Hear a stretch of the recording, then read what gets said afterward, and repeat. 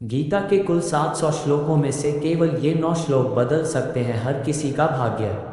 श्लोक 1 योगस्थ कुरु कर्माणि संत्यक्त्वा धनंजय सिद्धयो सिद्धयो समो भूत्वा समत्वम योग उच्यते।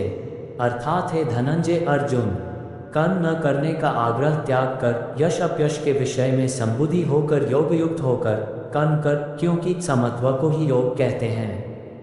श्लोक 2 नास्ति बुद्धिर्युक्तस्य न चायुक्तस्य भावना न चाभावयत् शांतिरशांतस्य कुत सुखम।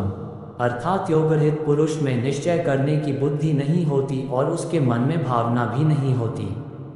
ऐसे भावना रहित पुरुष को शांति नहीं मिलती और जिसे शांति नहीं उसे सुख कहाँ से मिलेगा। श्लोक 3 विहाय कामान यह कर्वान पुमांश्चरति निस्पृह निर्मो निर्हंकार स शांतिमधिगच्छति। अर्थात जो मनुष्य सभी इच्छाओं व कामनाओं को त्याग कर ममता रहित और अहंकार रहित होकर अपने कर्तव्यों का पालन करता है उसे ही शांति प्राप्त होती है। श्लोक 4 न हि कश्चित् क्षणमपि जातु तिष्ठत्य कर्मकृत कार्यते ह्यश कर्म सर्व प्रकृति जय गुणे।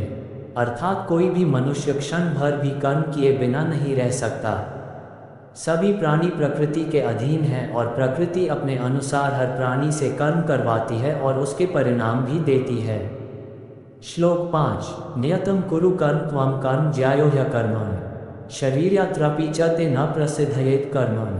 अर्थात तू शास्त्रों में बताए गए अपने धर्म के अनुसार कर्म कर, क्योंकि कर्म न करने की अपेक्षा कर्म करना श्रेष्ठ है तथा कर्म न करने से तेरा शरीर निर्वाह भी नहीं सिद्ध होगा। श्लोक 6 यद्यदाचरति श्रेष्ठस्तत्तदेवेत्रो जन स यत् प्रमाण कुरुते लोकस्तदनुवर्तते।